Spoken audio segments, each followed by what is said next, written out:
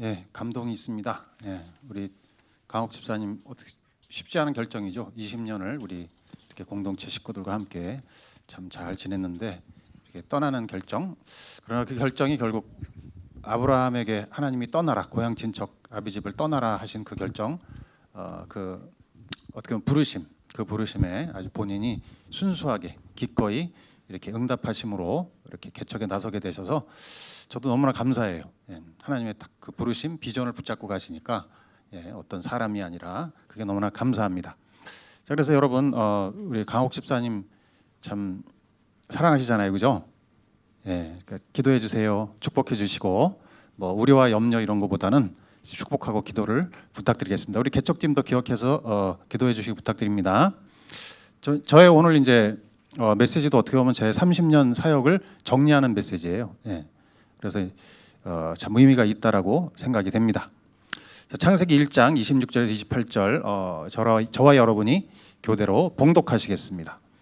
하나님이 말씀하시기를 우리가 우리의 형상을 따라서 우리의 모양대로 사람을 만들자. 그리고 그가 바다의 고기와 공중의 새와 땅 위에 사는 온갖 들짐승과 땅 위를 기어다니는 모든 길짐승을 다스리게 하자 하시고,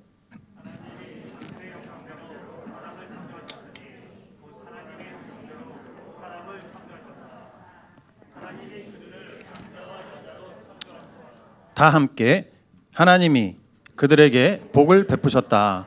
하나님이 그들에게 말씀하시기를 생육하고 번성하여 땅에 충만하여라. 땅을 정복하여라.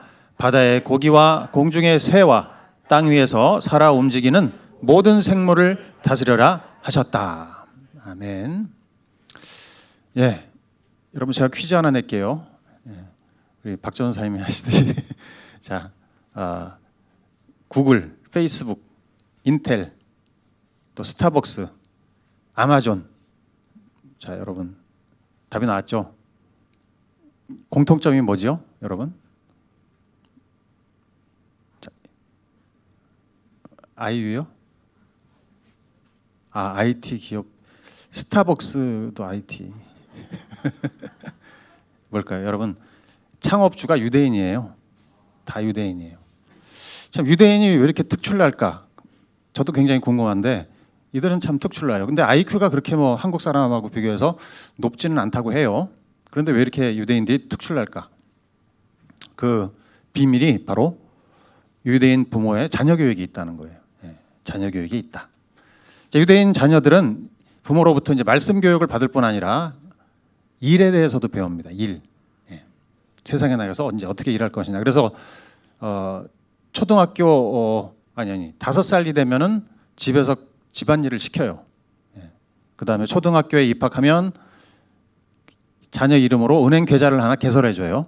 그리고 거기에 이제 한 달치 부모의 봉급을 입금을 시켜줘서 그걸 운영하라 그렇게 얘기합니다. 그럼 그 아이가 그걸 운영하는 거예요. 그다음에 이제 유대인 성인식이 있죠, 그죠? 성인식이 몇 살 때죠? 20살이요? 13살 때 이제 성인식을 하는데 그때 축의금을 친척들이 줍니다. 네. 축하금을 주는데 그게 뭐 수천만 원에서 수억까지 이른다고 해요. 그러면 이제 그것을 그 통장에 다 집어넣어 놓고 부모하고 상의해서 이제 이것을 어떻게 운영할 것이냐 결정하고, 그래서 이제 돈을 불려 나간답니다. 그래서 이제 이 아이가 군대를 제대할 때쯤 되면은 그 축하금이 몇 배로 불어나 있는 거예요. 그것을 가지고 이제 창업을 할 수 있게 되는 거예요. 그리고 이제 13살 때 성인식 때 반드시 하는 질문이 있어요. 이제 그 아이한테 질문을 합니다. 내 삶의 목적이 뭐냐? 내 삶의 목적이 뭐냐? 질문을 해요. 그럼 그 아이는 뭐라고 대답하냐 하면 다음 화면을 보여주시죠. 다 같이 한번 읽어봅시다. 저 4글자 시작. 티쿤 올람. 예, 티쿤 올람 이렇게 대답한대요. 이건 이제 히브리 말이죠. 예. 자, 티쿤이 뭐냐면 개선하다 이런 뜻이고 올람은 세상. 세상을 개선하는 일에 기여하면서 살겠습니다. 이렇게 답을 한다는 거예요. 예.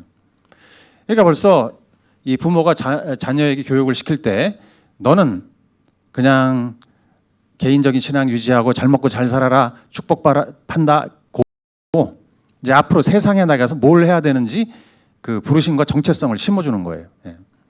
지금 우리가 본문을 읽었잖아요. 유대인들은 이 본문 말씀을 그대로 받아들여서 본인들의 정체성으로 삼아요. 예.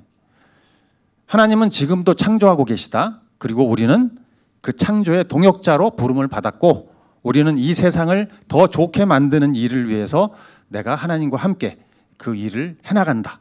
예. 나는 그 일을 하는 것이 의무다. 이런 정체성을 갖고 있어요. 예. 그러니까 세상을 더 좋게 만드는 일에 하나님이 나를 초청하셨고 동역자로 삼으셨고 나는 그 일을 해야만 한다. 이렇게 믿는 거예요. 예. 그러니까 어릴 때부터 그런 의식이 있으니까 여러분 유대인들이 다른 거예요. 예. 돈을 많이 벌죠, 그죠? 그런데 자선도 굉장히 많이 합니다. 예. 후원을 많이 해요. 많이 베풀어요. 자, 그래서 유대인 부모들이 자녀를 교육할 때 말씀으로 교육할 뿐 아니라 이제 세상에 나가서 어떻게 기여하고 또 창조적으로 개선할 것이냐 이런 일들을 생각하도록 이끈다는 거예요. 예. 즉 뭐죠? 자녀를 일터 사역자로 키우는 거예요. 예. 일터 사역자로. 자, 우리 교회가 이제 이전하고 개척하게 되는데 우리가 이 시대적인 상황에서 반드시 해야 될 절대적인 사명이 다음 세대를 일터 사역자로 세우는 것이에요. 예. 다음 세대에게 신앙을 전수하는 것 플러스 일터 사역자로 세우는 것. 저는 그렇게 생각하는데 여러분 2030년 되면은 말씀드렸죠. 전 모든 교회의 주일학교가 90%가 사라집니다. 예. 지금 얼마 안 남았어요. 7년 남았어요. 예. 그리고 초등학생은 지금 복음화율이 2%를 향해서 가고 있다 그랬잖아요. 그래서 한 반에 한 명 정도 믿을까 말까 한 상황이 돼서 미전도 종족이 되고 있어요. 우리나라 이 자체가. 예. 최근에 나온 책이 이제 디지털 바벨론 시대의 그리스도인이라는 책이 있는데 예. 디지털 바벨론 시대의 그리스도인. 이 책을 쓴 분은 두 분인데요. 한 분은 여러분 조지바나 그 협회 알죠? 기독교 통계의 대가들, 예, 그들이 모여서 연구 조사를 했고, 그 다음에 또 한 분은 이제 청소년 컨설팅 기관의 대표인데 청소년들을 수없이 많이 상담하고 이제 그 결과를 가지고 연구 조사해서 통계를 낸 거예요. 그래서 발견한 것이 이제 뭐냐면 요즘 우리 청년들이 디지털 바빌론 시대에 살고 있구나. 그게 뭐죠? 디지털 기기에 둘러싸여 가지고 이제 마치 바벨론 시대처럼 뭐예요? 이교적이고 자극적인 이런 문화 속에서 또 우상을 숭배하는 그 환경 속에서 포로가 되어서 살고 있다는 거예요. 이 디지털 유배지에 가서 포로가 돼버렸다. 그 포로들을 우리 청소년들, 청년들 이들을 그러면 어떻게 여러분 교회에 다니고 있어도 얘네들은 그냥 포로인 거예요. 이들을 어떻게 헌신된 그리스도인의 제자로 삼을 수 있느냐? 그거를 연구한 책인데 5가지 이제 핵심 실천 원리를 그래서 뽑아냈어요. 5가지를 우리 청소년 청년들에게 심어줘야 된다. 그 5가지가 뭐냐 보시죠. 보시면 첫 번째가 이제 하나님과의 친밀한 관계. 두 번째가 세대 간의 의미 있는 관계 형성. 세 번째 문화적인 분별력. 네 번째 직업의 부르심에 대한 훈련. 5번째 자기 중심에서 벗어나기 위한 사역 참여. 제가 이걸 가만 보니까 제가 누차 설교하고 말씀드렸던 복음의 DNA 비슷하죠, 그죠? 예. 복음의 DNA 첫 번째 뭐죠? 예, 하나님과 친밀함. 두 번째 공동체고 세 번째가 성교적인 삶인데 가만 보면 첫 번째가 하나님과의 친밀함이고 두 번째가 세대 간의 의미 있는 관계 형성이니까 공동체를 말하는 거죠. 예. 우리 자녀들이 공동체를 의미 있는 공동체를 만들어야 되고 세 번째가 보면은 이제 문화적인 분별력, 직업의 부르심, 자기 중심성에서 벗어나는 요거는 가만히 보니까 일터 사역과 관련이 된다는 거죠. 네, 일터에서 교회에서라기보다도 세상에 나가서의 어떻게 사느냐와 관련된 문제잖아요. 그래서 지금 이 우리의 자녀 세대가요 굉장한 중요한 기로에 서 있어요. 예. 뭐죠? 우리 자녀 세대가 이 시대의 흐름을 거스르는 강력한 전투함이 될 것이냐 아니면 그냥 강력한 바벨론의 파도에 이리저리 휩쓸리다가 침몰하게 되는 돛담배 신사가 될 것이냐. 이 기로에 서 있다는 거예요. 예. 제가 계속 위기라고 했는데 정말 위기입니다. 그러면 우리 자녀들을 여러분 어떠세요? 휩쓸리는 돛담배로 만들고 싶으세요?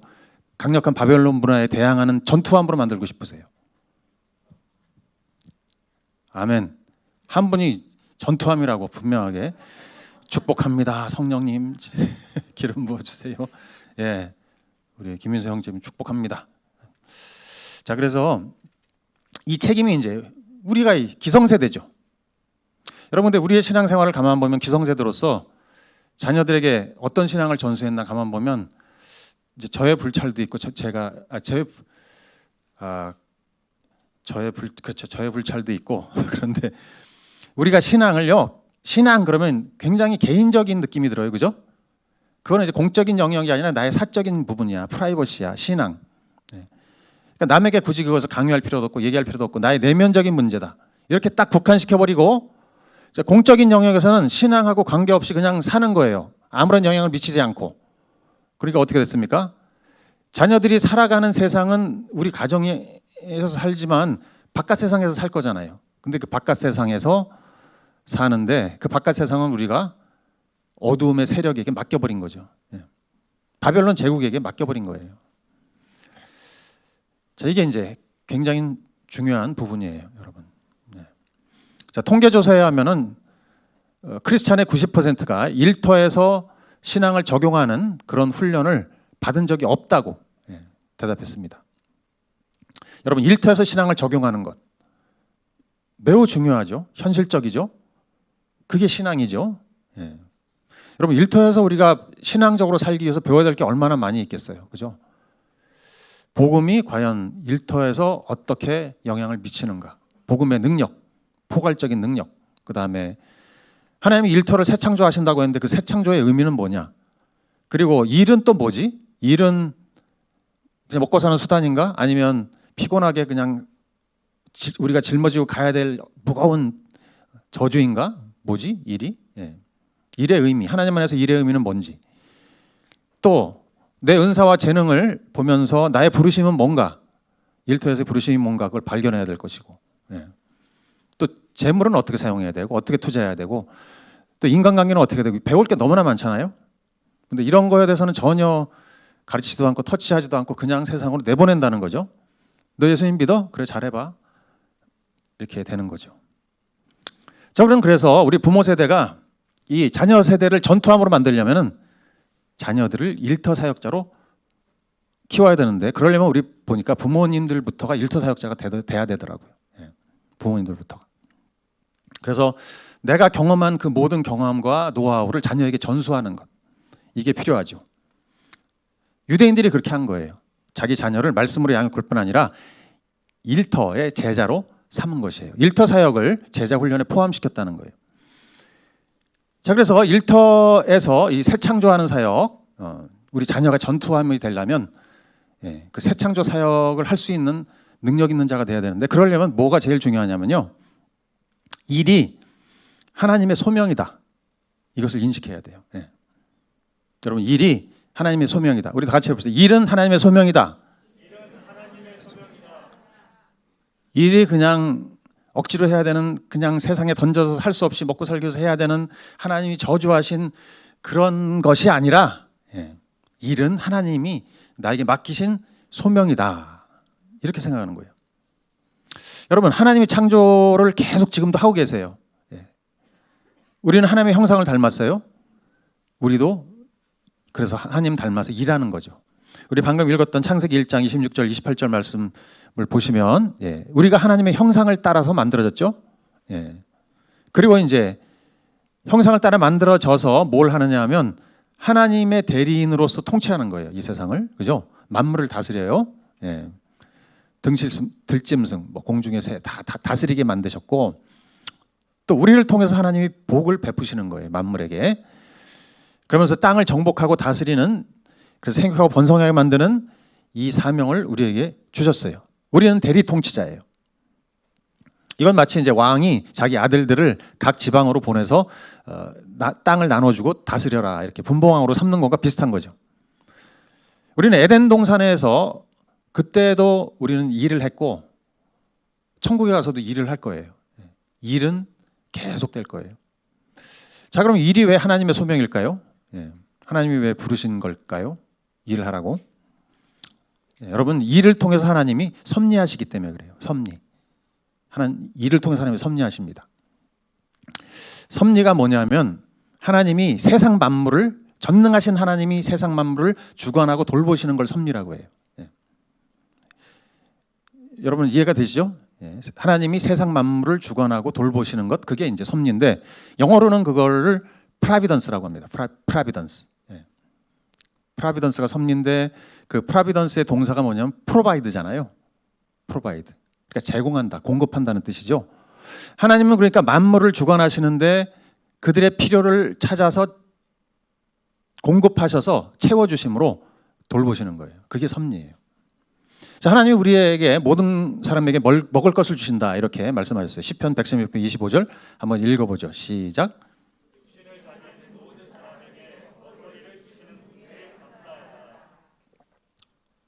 여러분 아멘입니까? 여러분 모든 사람에게 먹거리를 주신다잖아요. 야, 그럼 하나님이 모든 사람에게 만나를 내려주시나 매일매일 초자연적으로? 그게 아니고 열심히 피땀 흘려서 일하시는 농부를 통해서 우리에게 쌀을 공급하시는 거예요. 자, 여러분 하나님이 우리에게 말씀하신다 그러죠, 그죠? 어떻게 말씀하시죠? 하나님 말씀하셔 믿습니까? 어떻게 말씀하세요? 이 성경책을 통해서 말씀하시죠, 그죠? 그리고 또 목사를 통해서 말씀하세요. 설교를 통해서. 여러분 설교가 하나님의 말씀이라고 믿으십니까? 그렇게 사람을 통해서 말씀하세요. 셀 모임에서도 사람들을 통해서 하나님 말씀하시잖아요. 와이프를 통해서 말씀하고 남편을 통해서 말씀하고 사람을 통해서 말씀하십니다. 또 여러분 하나님이 우리의 병을 고쳐주시는데 어떻게 고쳐주세요? 기도하죠. 주여 안 믿습니다. 그러면 이제 초자연적인 역사로 인해서 병이 떠나가고 치유된다. 매번 그렇게 되면 좋겠지만 어떻게 합니까? 우리는 병원 가서 의사 만나서 주사 맞고 치료받아요. 우리가 의사를 통해서 치료받는다 그래서 하나님이 치료하신 게 아니다 이렇게 얘기할 수 있습니까? 아니죠. 하나님이 치료하신 거예요. 그 사람을 통해서. 그러니까 뭐냐면 하나님은 의사라는 사람을 섭리의 도구로 활용하셔서 우리의 필요를 채우시는 거예요. 돌보시는 거예요. 사람이 하나님의 섭리의 도구예요. 우리가 하나님의 사랑의 섭리의 도구인 거예요. 하나님이 세상 만물을 주관하시고 만물의 필요를 채워주시는데 어떻게 하냐면 각 사람의 일의 소명을 통해서 그렇게 하신다. 이걸 더 쉽게 얘기하면 하나님이 여러분을 부르셨어요. 구원하셨어요. 그 다음에는 일을 맡기셨어요. 그리고 어떻게 하라고요? 다른 사람의 필요를 채워라. 이렇게 하셨다는 거예요. 일을 통해서. 그래서 일이 하나님의 소명인 거예요. 여러분 일이 영어로 뭐죠? 직업. 영어로 뭐죠? job. 또 직업할 때 또 vocation이라고 그러잖아요. vocation. vocation이 원래 소명이란 뜻이에요. 옛날에는 직업을 소명으로 생각한 거예요. 자, 어떠세요, 여러분? 아, 내가 직업을 가지고 일하는 것이 지금 내가 하나님의 부르심에 응답하는 일이구나. 이렇게 믿고 사십니까? 그러세요? 저는 옛날에 아니었는데 그냥 예수 믿는 것 따로, 일하는 것 따로 이렇게 생각했었는데 아, 섭리의 도구구나. 그 다음에 아, 이게 하나님의 소명이다 이렇게 생각하고 사십니까? 예, 할렐루야. 그렇게 사시기 바래요. 자, 일이 하나님의 소명이에요. 그렇기 때문에 우리는 새 창조할 수 있는 거예요. 일이 하나님의 소명이니까 일을 통해서 새 창조할 수 있고 일터를 변화시킬 수 있어요. 자, 그다음에 일을 통해서 또 우리는 뭘 할 수 있냐면 왜 하나님의 소명인가? 일이 두 번째 화면 보여주시면 자, PPT 두 번째 화면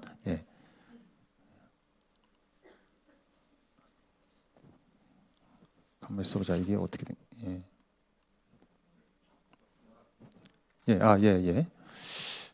자, 보면은 일이 왜 하나님의 소명이냐? 일을 통해서 우리는 이웃을 사랑하고 하나님을 섬기게 됩니다. 일을 통해서. 자, 한번 여러분들이 한번 저와 여러분이 교대로 읽어보겠습니다. 너희는 내가 줄일 때 내게 먹을 것을 주었고 목마를 때 마실 것을 주었으며 나그네로 있을 때 영접하였고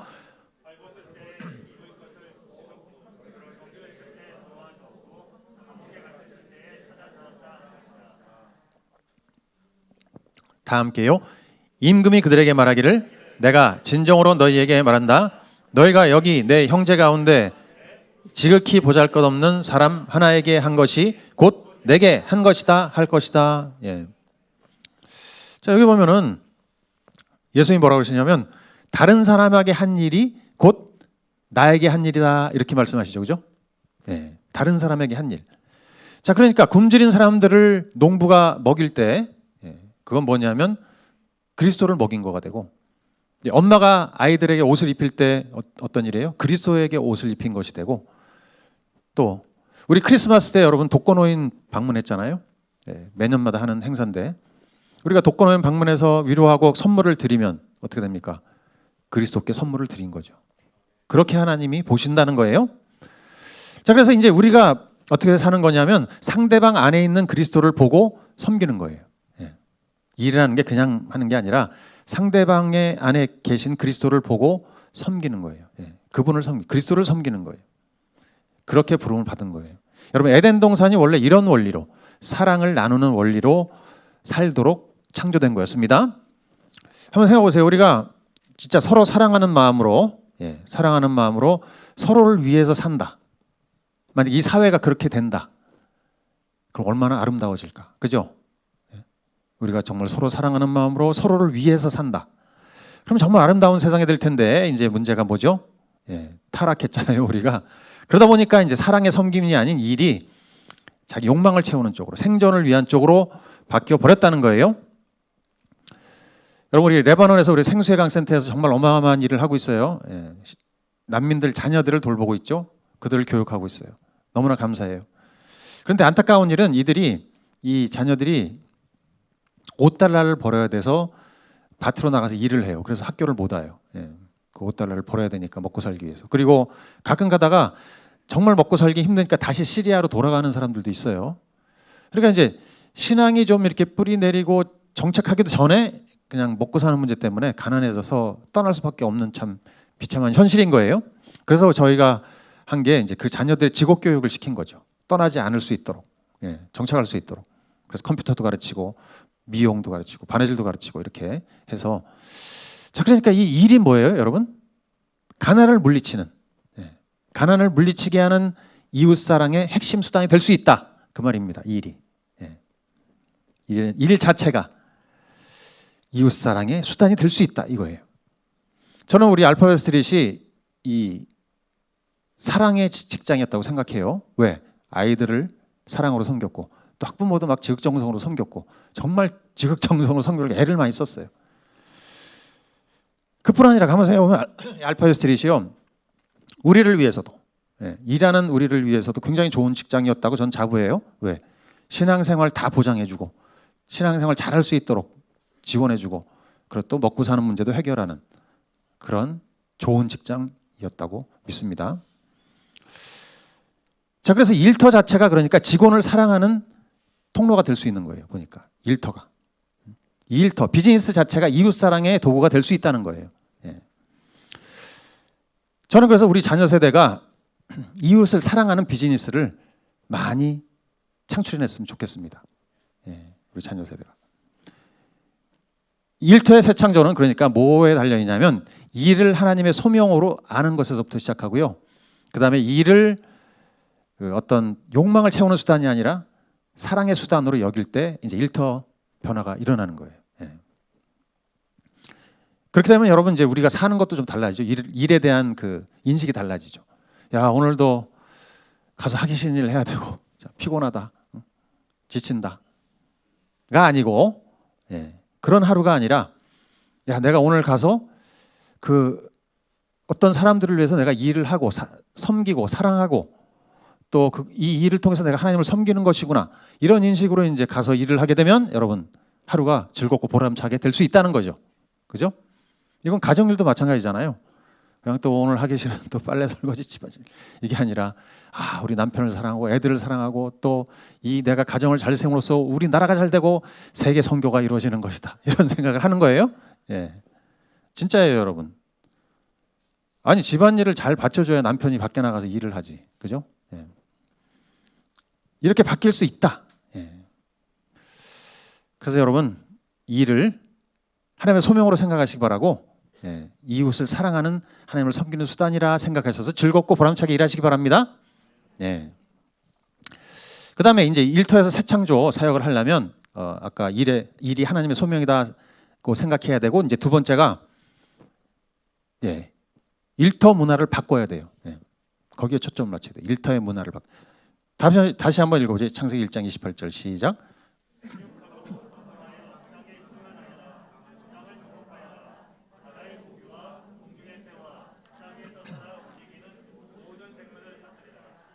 자, 이것을 이제 문화 명령 그러잖아요. 문화 명령, 컬처럴 커맨드먼트인데 하나님이 이제 우리를 대리 통치자로 세우시고 세상을 정복하고 다스려라 이렇게 명령하셨어요. 결국 이게 뭐예요? 하나님의 주권을 세우고 하나님 나라 문화를 형성해라 그렇게 명령하신 거예요. 문화를 형성해라. 그런데 이제 아담과 하와가 어떻게 했습니까? 하나님의 주권을 무너뜨렸죠. 그리고 그 주권을 사탄에게 넘겨주는 바람에 이제 어떻게 됐어요? 이 세상은 하나님을 떠난 문화가 계속 창출되기 시작한 거잖아요. 그래서 일터를 새 창조한다 할 때 그 최종 목표가 어디냐면 일터의 문화를 구속하는 것입니다. 구속, 리딤. 일터의 문화를 바꾸는 거예요. 그것이 최종 목표가 되겠어요.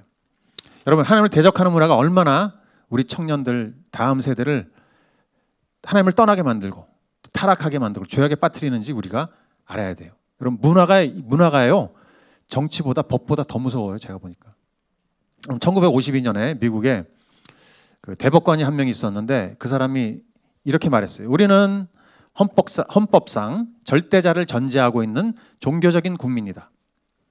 우리는 헌법상 절대자를 전제하고 있는 종교적인 국민이다. 이게 뭐죠? 우리는 절대자 하나님을 전제하고 있는 기독교인들이다. 그냥 쉽게 하면 우리는 다 크리스찬들이야. 우리 국민은 이 말을 한 거예요. 그랬을 때 반응이 어땠을까요, 여러분? 와, 뭐 이렇게 된 게 아니라 아무도 그거에 대해서 반박을 안 해요. 왜? 다 그렇게 믿고 사니까 미국 사람들이. 1952년에. 그런데 이제 1996년, 40년쯤 지나서 또 다른 대법관이 이렇게 얘기했어요. 나는 크리스찬으로서 기적과 예수님의 부활을 믿습니다. 이렇게 했어요. 뭐 신앙 고백한 건데, 그죠? 어떻게 됐을까요? 법조계가 와 막 들고 일어났어요. 그냥 법조계가 난리가 났어요. 분노에 치밀어가지고 아니 어떻게 신성한 법에다가 종교를 들이대냐 이렇게 하면서 여러분 아니 기독교 국민이라고 막 그렇게 기독교인들 국가라고 막 해놓고는 이제는 법률가가 나 크리스찬이라고 고백하는데 이렇게 막 그게 뭐가 그렇게 심한 문제가 된다고 막 항의를 하고 TV에서도 뭐 토론회에서 막 비판하고 언론 컬럼리스트들이 막 비판하는 조롱하는 글을 막 써내고 이렇게 했다는 거예요. 자, 40년 만에 여러분 미국이 분위기가 바뀌었죠. 그렇게 될 수 있어요. 왜 이렇게 됐을까, 여러분? 1960년대에 미국 캠퍼스를 휩쓸었던 사조가 있는데 그게 뭐냐면 실존주의. 실존주의. 저도 잘 몰라요. 철학 잘 모르는데 실존주의가 뭐냐면은 인생은 의미 없다. 그냥 부조리하다. 그냥 그렇게 흘러간다. 그러니까 가장 중요한 건 뭐냐면 너의 선택이다. 너의 선택. 네가 스스로 선택함으로써 너 자신만의 의미를 찾으면 된다. 이게 이제 실존주의인 거예요. 그게 뭐죠? 하나님 떠나서 살고 하나님 필요 없고 넌 하나님 떠난 존재로서 너의 존재의 의미를 찾으려면 네 스스로 선택해라. 그 얘기예요. 그리고 그 선택에는 아무런 옳고 그름이 없다. 네가 뭘 선택해도 너는 그냥 너인 거야. 자, 이런 철학에 딱 물든 이제 학생들이 교육을 그렇게 딱 받았잖아요. 미국에서 대학교에서. 그러고는 이제 정치계, 법률계, 뭐 교육계, 예술계로 다 나가가지고 휘어잡고 하니까 어떻게 됐겠습니까? 나라가 40년 만에 다 이렇게 어떻게 보면 영적으로 몰락한 거예요. 문화가 바뀌었다는 거예요. 문화가 그만큼 무서운 것이에요. 여러분 우리나라 문화 한번 생각해 보십시다. 10년 전, 20년 전에 비해서 지금 우리나라 여러분 뭐 20년 전이니까 옥탑방 뭐 어쩌고 저쩌고 그런 드라마 나와서 막 그냥 어떻게 그런 걸 드라마로 하냐. 그게 동교하는 얘기인데 지금 뭐 동거가 뭐예요? 지금 뭐 막 정말 신출귀몰하게 별거 다 하잖아요. 그런 시대가 됐어요. 왜냐하면 여러분 보세요. 우리 학생들이 미국 가가지고 또 서구 가가지고 유학 가가지고 배워온 게 이런 거니까. 포스트 모던 배워가지고죠. 포스트 모더니즘 이게 뭐 포스트 모더니즘이 뭐냐면 이 실존주의에서 한 걸음 더 나간 거예요. 하나 더 나가가지고 그냥 진리는 없고 그냥 선택만 있다. 선택의 자유만 있다. 진리는 없다. 이제 이런 문화가 이제 파괴하는 거죠. 청년들을 파괴하고 타락시키고. 자, 그러니까 여러분 나는 생물학적으로 남자지만 나는 여자가 되기로 선택한다. 이거에 대해서 10년 전, 20년 전 우리 젊을 때 상상을 못하는 얘기잖아요. 근데 지금은 그거에 대해서 아무도 뭐라고 안 하잖아요.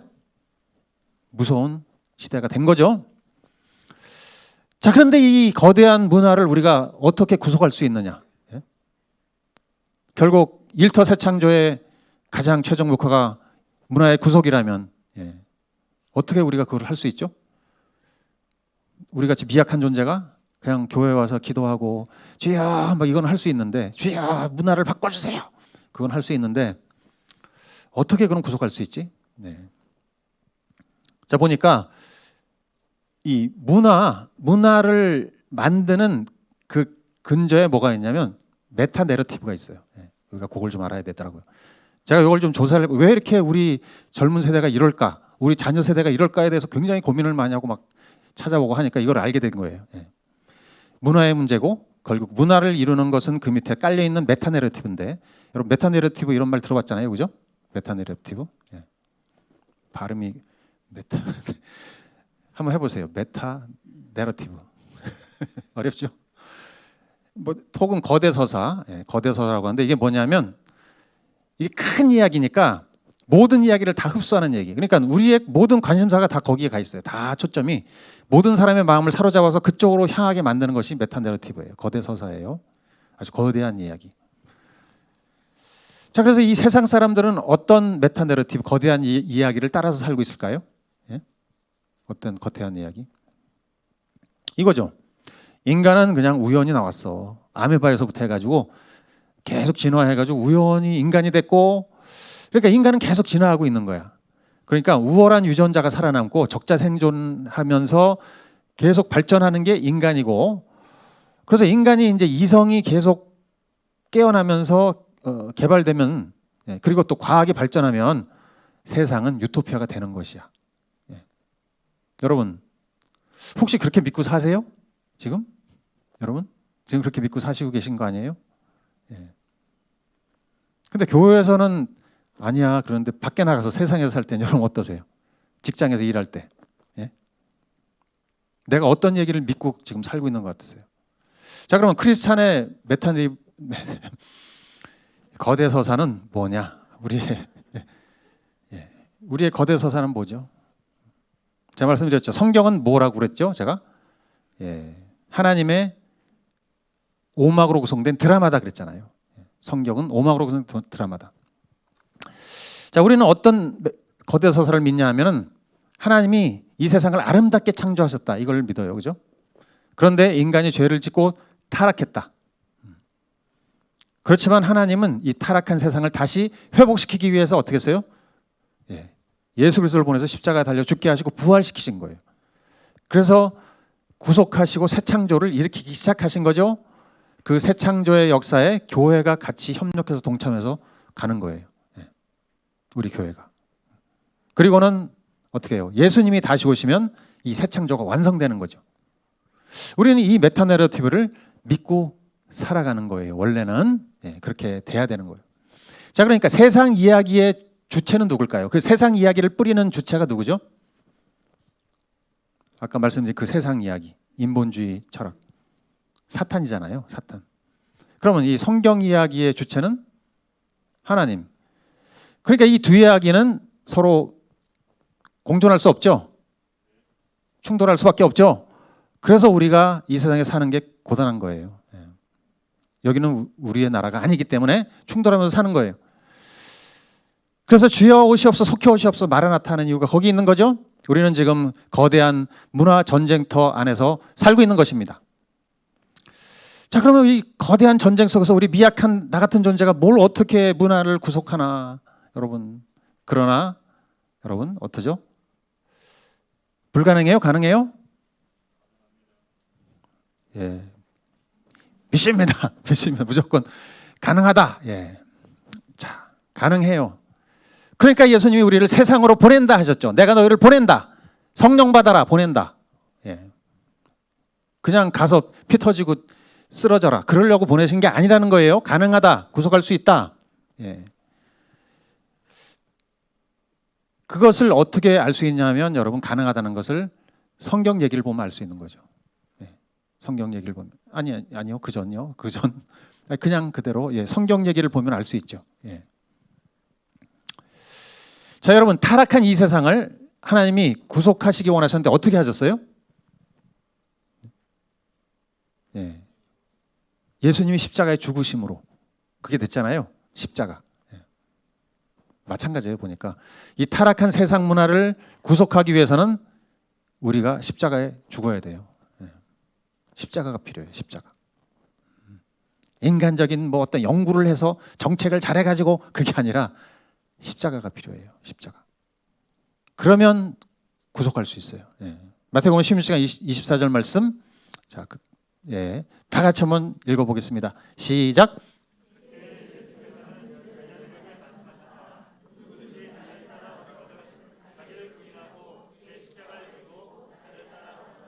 예, 이게 그 말씀이에요. 날 따라오려면 여러분 우리가 이 말씀을 교회에서는 아멘으로 받아들이고 아 그렇지 나 기도하고 성경 보고 뭐 저 헌금하고 뭐 하니까 셀 모임 하니까 그거 중요한데 여러분 밖에서 일터에서 십자가를 져야 돼요.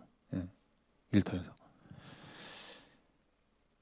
많은 사람들이 크리스찬이라고 하면서 교회에서는 나는 성경 얘기를 따라갑니다 이렇게 하지만 교회 밖으로 나가면 세상 얘기를 다 따라가는 거를 볼 수 있어요. 예. 그러니까 여전히 경쟁하고 여전히 막 그냥 힘들어하고 막 좌절하고 고군분투하고 살아남기 위해서 막 안절부절하는데 세상 이야기는 뭐냐면요. 하나님 없이 적자생존하는 거예요. 예. 강해져라. 너는 강해져야만 한다. 그래야 살아남는다. 그게 세상 얘기예요. 예. 네 힘으로 네 지혜로 너는 높이 올라가야 해. 가장 높은 자리에 올라가야 해. 승리해야 해. 승리주의. 예. 여러분 신앙을 갖고 있으면서 그 승리주의로 사는 사람들이 있어요? 자, 여러분 어떤 얘기를 따라가시는 것 같아요? 예. 어떤 얘기를? 일터에서. 성경은 반대예요. 예. 자기를 부인하고 십자가를 지는 약함을 택해라. 이렇게 말해요. 예. 다시 말해서 성경 얘기는 예, 보시면 세상 얘기는 뭐죠? 강함을 추구해라. 네 스스로 강해져야만 한다. 그러면서 자기 중심으로 살라고 요구해요. 예. 그러나 성경 얘기는 약함을 추구하게 하고 하나님 중심으로 살라고 요구해요. 예. 극명하게 차이가 나죠. 자기 중심이 뭐죠? 자기 동기, 자기 목적, 자기 방법으로. 또 하나님 중심은 자기 동기, 자기 목적, 하나님의 동기, 하나님의 목적, 하나님의 방법으로. 자, 여러분, 세상 얘기를 따르는 사람은 강함을 추구하고 자기 중심으로 가고요.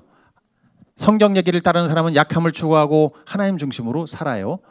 그럼 하나님 중심과 자기 중심의 차이가 뭐냐 할 때는 바로 저거. 동기, 목적, 방법이 완전히 다릅니다. 일을 할 때 동기, 목적, 방법이 완전히 달라요.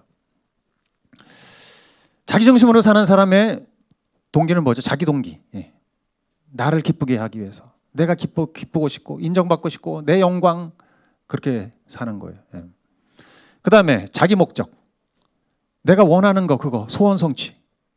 그것을 위해서 달려가는 거예요. 예. 그다음에 자기 방법. 여러분 이제 목적과 동기는 올바른데 방법이 또 영 아닐 수도 있어요. 예. 자기 방법이 뭐예요? 자기 힘과 지혜로 자기 술수로 사는 거예요. 예. 이거는 이제 자기 중심이고 하나님 중심은 뭘까요? 우리는 답이 있어요. 다. 하나님 중심이 분명하게 명확하게 있습니다. 제시가 돼 있어요. 예수님을 통해서. 예. 예수님이 그렇게 사셨기 때문에. 자, 예수님의 동기를 봅시다. 보면은 요한복음 8장 보면 특별히 요한복음에 이제 예수님의 하나님 중심의 삶이 아주 명확하게 나와 있어요. 예. 요한복음 8장 보면 29절, 그분은 나를 혼자 버려두지 않으셨다. 그것은 내가 언제나 아버지께서 기뻐하시는 일을 하기 때문이다. 자, 예수님은 가끔 나는 하나님을 기쁘시게 해. 그게 아니라 언제나 기쁘시게 한다. 언제나. 초점이, 동기가, 자기가 일하는 동기가. 또 요한복음 7장 18절, 자기 마음대로 말하는 사람 자기 영광을 구하지만 자기를 보내신 분의 영광을 구하는 사람은 진실하며 그 사람의 속에는 불의가 없다. 나는 하나님의 영광을 위해서 산다. 내 영광을 구하지 않는다. 예수님 엄청나게 영광스러운 분이잖아요. 근데 자기 영광을 안 구해. 자, 그다음에 목적에 있어서는 요한복음 6장 38절 보면 우리 여러분들이 읽으시죠. 시작.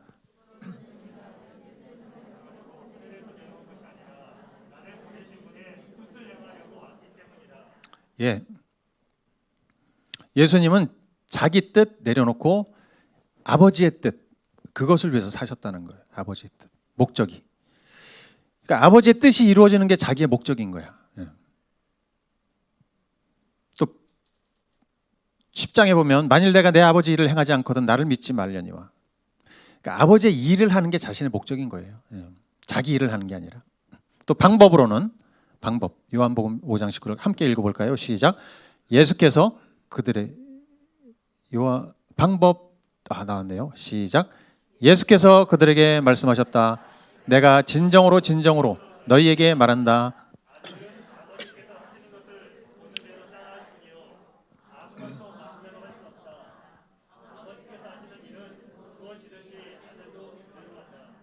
예. 보면 아들이 자기 마음대로 안 한대요.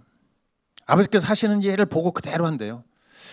자, 여러분, 예수님이 정말 능력이 없어서 형편없어 가지고 그냥 하나님이 하시는 대로 이렇게 따라하는 그런 분이 아니에요.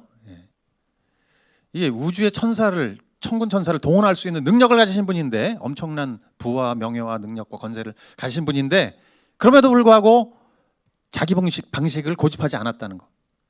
나는 아버지가 하시는 걸 보고 그대로 한다. 이게 이제 여러분 크리스찬의 삶의 비법인 거예요. 동기, 목적, 방법이 철저하게 자기를 부인하고 하나님을 의지하는 것, 이게 약함을 추구하는 것.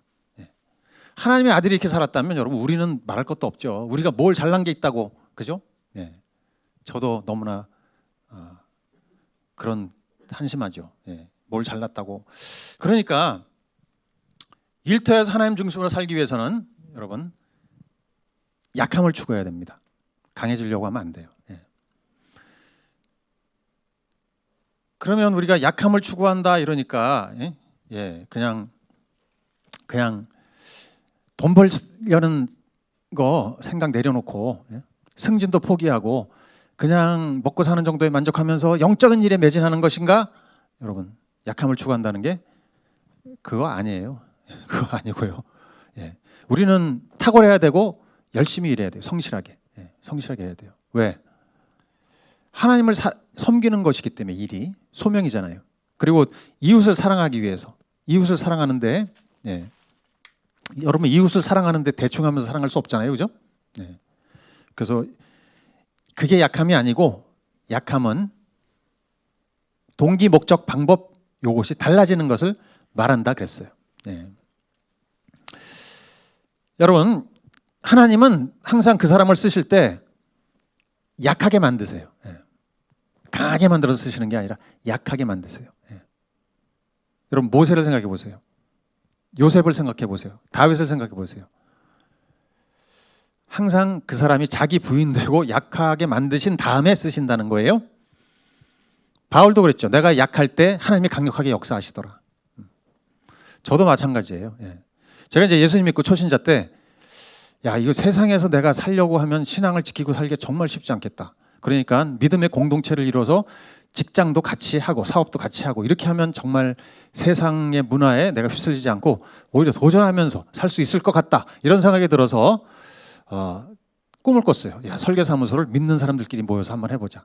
그래서 이제 이 설계가 전공이면서 크리스찬인 사람들을 찾아가서 다 일일이 설득을 해봤는데 어떻게 됐을까요?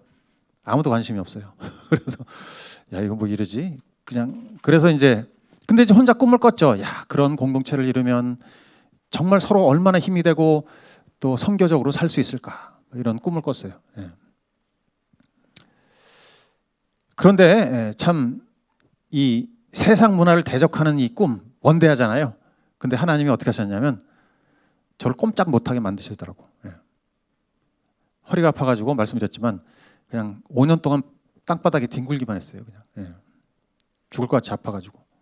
그러니까 약을 먹었는데 그 부작용 때문에 위장도 다 망가지고 밥을 못 먹어요. 예.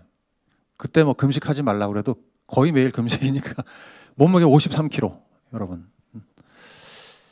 그렇게 됐고 늘 감기 몸살에 막 시달리고 이제 나중에 이제 알게 된 거죠. 아 하나님이 나에게 비전은 주셨지만 내가 너무 강한 거예요, 제가. 예? 그러니까 이 약하게 만드시려고 자기 부인시키시려고 그냥 땅바닥에 뒹굴게 만드신 거예요. 예. 철저하게 하나님을 의지하게 약하게 만드신 것. 그 훈련을 시키셨구나. 그렇게 생각하니까 굉장히 은혜가 되는 거예요. 그죠? 야, 내 그 고난의 시간이 참 축복의 시간이었구나. 가만 생각해보면 여러분 하나님 중심으로 사는 사람은 모든 고난이 그게 은혜의 시간이고 축복의 시간으로 바뀔 수가 있어요. 예.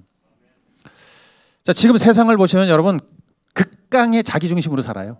우리 자녀 세대 보시면 자기밖에 없어, 자기밖에. 그리고 굉장히 강력함을 추구하잖아요. 예. 그런 문화예요.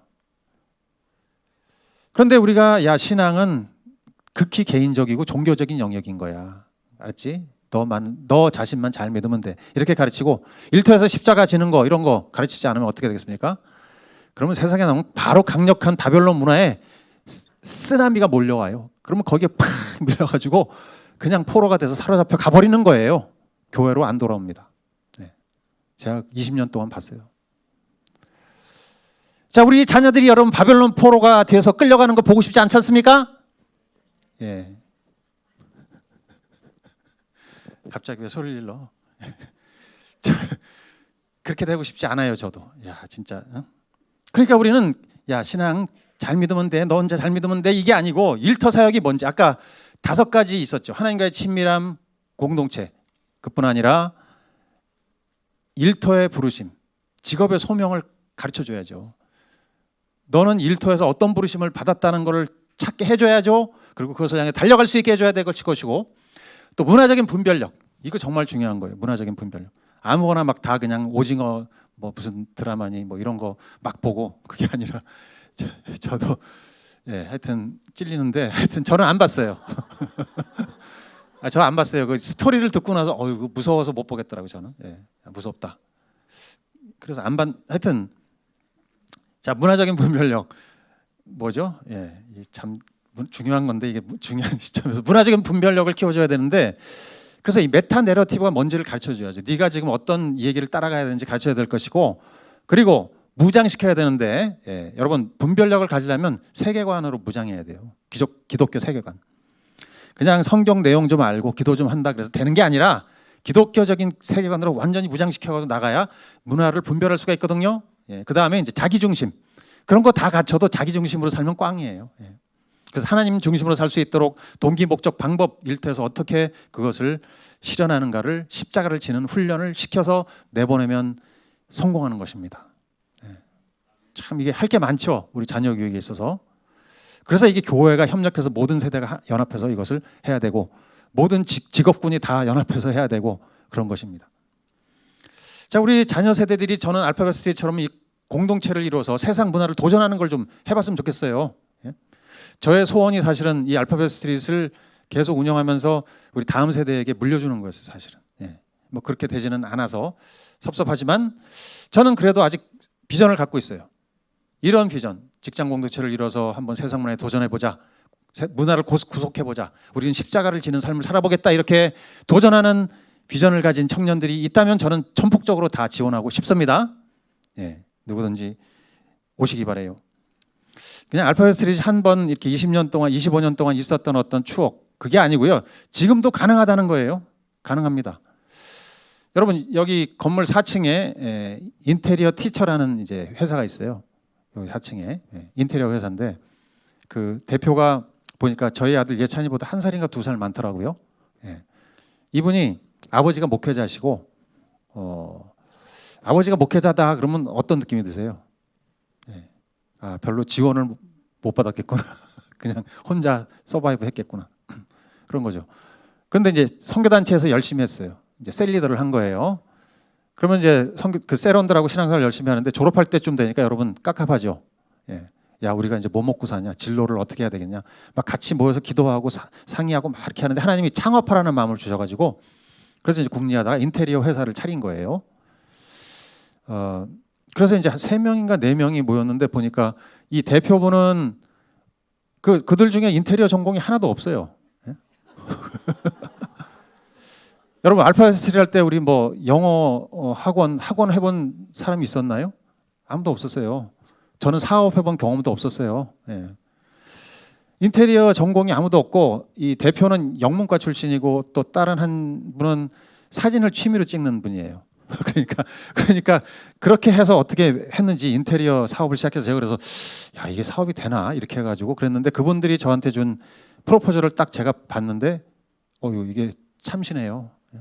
아이디어가 너무 좋아요. 아이템이 너무 좋은 거예요. 잘했어요. 그래서 야, 이거 되겠다 했는데 정말 잘 돼가지고 여러분 작년에 5층까지 임대를 받았어요. 예. 제가 그걸 보면 막 이렇게 가슴이 뛰어요. 야, 참 훌륭하다. 그리고 지금도 가능하구나 이런 믿음이 생기는 거예요. 예? 지금도 가능하다. 참 가능하다. 소망이 생겨요. 자, 여러분 하나님이 우리를 세상으로 가서 그냥 실패하고 망하고 그냥 바닥에 낭떠러지로 떨어져 봐라 이렇게 하라고 우리를 보내신 게 아니고요. 예. 우리가 일터에서 정말로 하나님 중심으로 살아보겠습니다. 우리가 십자가 지는 삶을 살아보겠습니다. 이렇게 하면 여러분 한없는 그냥 은혜와 충만함과 지원이 하나님으로부터 임해요. 예. 예. 그렇게 되게 돼 있어요. 성령님이 역사하십니다. 그래서 우리가 십자가를 지면 그 다음에 어떻게 되죠? 반드시 부활이 따라와요. 부활. 우리는 십자가만 자꾸 생각하는데 십자가 지면 부활이 있습니다. 십자가 지면 부활이 있어요. 십자가를 지면 일터에서 십자가를 지면 황무지가 옥토로 변하는 대반전이 일어나게 돼 있습니다. 예, 이거를 우리가 믿으셔야 돼요. 반드시 부활의 역사가 있고 그러면 생육하고 번성하고 정복하고 다스리는 일이 일어나게 돼 있습니다. 자, 여러분 우리 자녀들도 할 수 있는 거예요.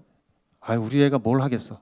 그냥 좋은 대학만 가서 그냥 잘 견디기만 해라. 이게 아니라 여러분 우리 자녀들이 우리보다 더 탁월하게 할 수 있습니다. 우리 부모들이 자녀들을 일터 사역자로 키워야 되겠어요. 예. 그래서 이들을 각 사회 영역으로 보내서 십자가를 질주하는 사람으로 만들면은 이들이 문화를 구속하는 것이에요. 예. 그곳에서 부활의 역사를 일으키는 거예요. 이것이 이제 우리 교회가 앞으로 추구해야 될 시대적인 부르심이고 저희가 개척해 나가서도 이것을 할 거예요. 그래서 자녀들을 제사 삼고 일터 사역적으로 세우는 것, 계속 세우는 것, 대를 물려서 그렇게 하는 것, 이것이 이제 우리의 부르심이라고 생각합니다. 다 함께 달려갈 수 있기 바랍니다.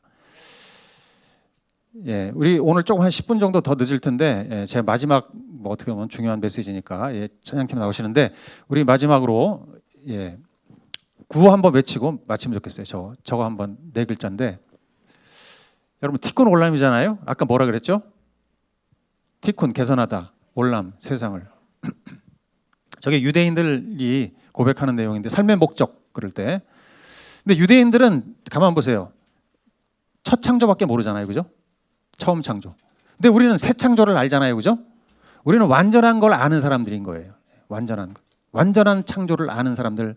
그러니까 우리가 새 창조의 동역자로 부름받았다 이걸 알잖아요. 그래서 삶의 목적이 뭐냐 할 때 나는 새 창조의 동역자로 기여하면서 살겠습니다. 이렇게 될 수 있는 거예요. 이게 우리 크리스찬의 부르심이에요. 여러분 티콘 올람입니까? 예, 그럼 제가 여러분의 삶의 목적이 뭡니까? 그러면 티콘 올람 해주시길 부탁드리겠어요. 제가 보겠어요. 누가 안 하나? 자, 자, 여러분의 삶의 목적이 뭡니까? 예, 아직 한 30분 정도 안 하시네. 여러분의 삶의 목적이 뭐라고요? 아멘, 할렐루야입니다. 자, 이 부르심의 목표를 향해서 우리 다 함께 부모와 자녀가 모든 세대가 일터에서 십자가를 지는 삶을 사시기를 예수님의 이름으로 축원합니다. 자. 자, 우리 일어나셔서 찬양하시겠습니다.